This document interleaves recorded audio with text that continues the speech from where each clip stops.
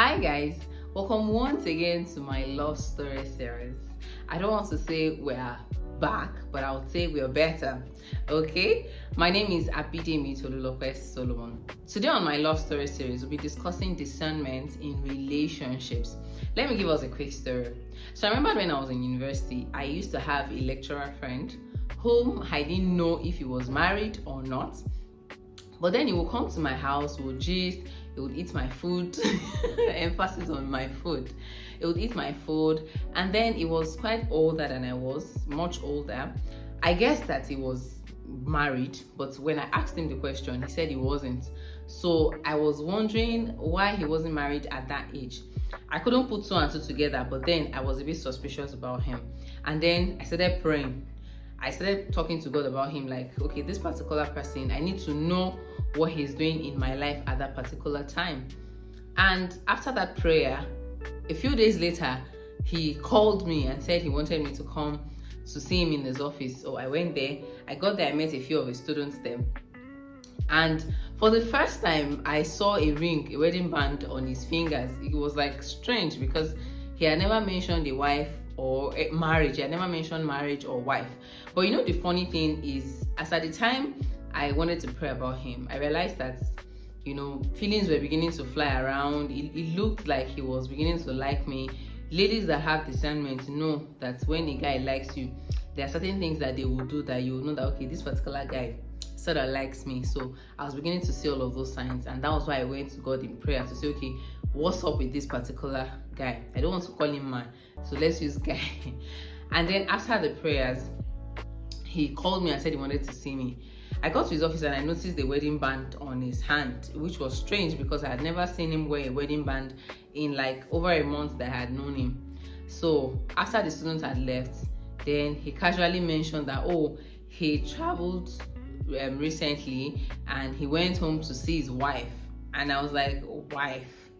I didn't know you were married. He said yes. He thought he mentioned, Baba, you did not mention no. I started giving him space because I told him straight up, when it comes to married people, I try to avoid people's marriages. Anyway, why did I say all of this story? I'm saying all of this because as women, as men going into a relationship, we need to be discerning. It is very important to be discerning, especially for relationships. It helps you to narrow down, you know, conversations with certain people. But when I was single, whenever I met a man, whoever he is, I found a way to, you know, to narrow down my conversations with them. So I am open-minded to be friends with you, but at the same time, I always find a balance in trying to know why you are in my life so that I would not jump the gun. And when you come, maybe if for instance I'm beginning to like you, I'm able to say, no, this is not what God told me, or this is not where I see our friendship and relationship going.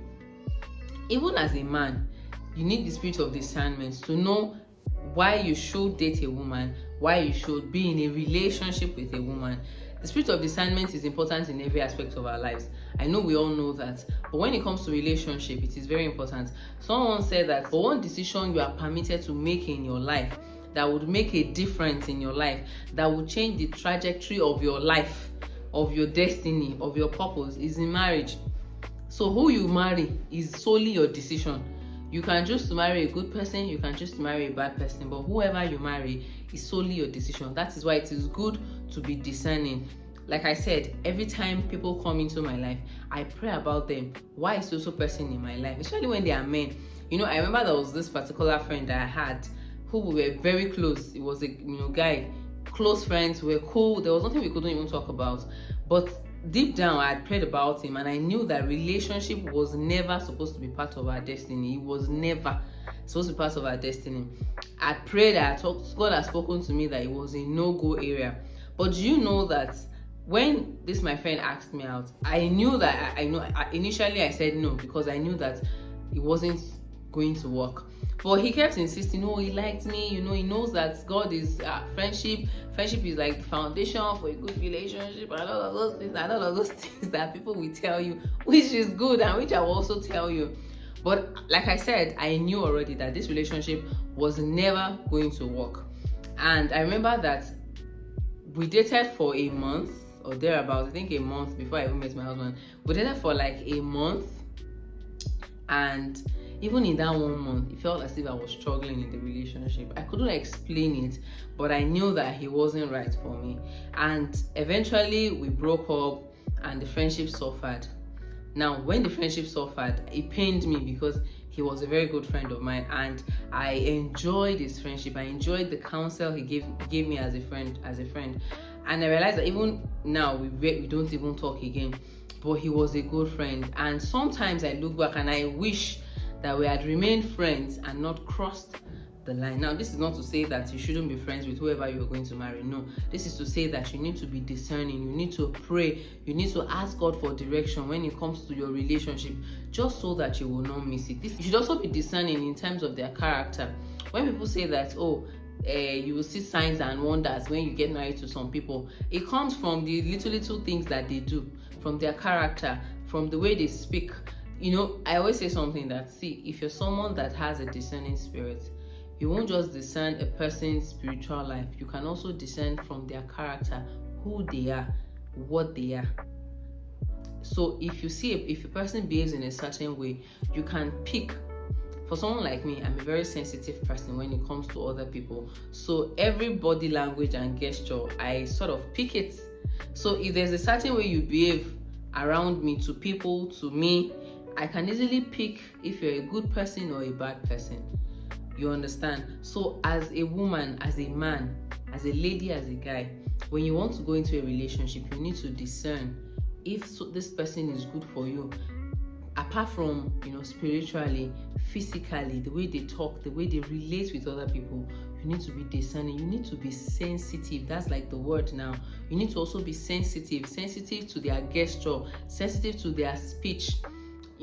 Opening your ears as much as you're open-hearted and you want to hear all of you want to, as much as you're open-hearted to receive people into your life, is also as much as you should be discerning the kind of people you allow into your space.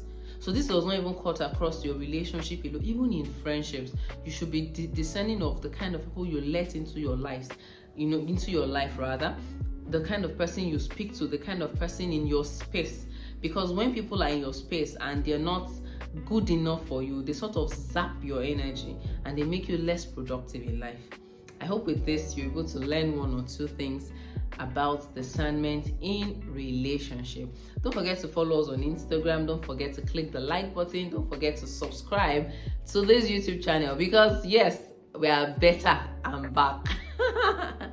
Have a good day, guys.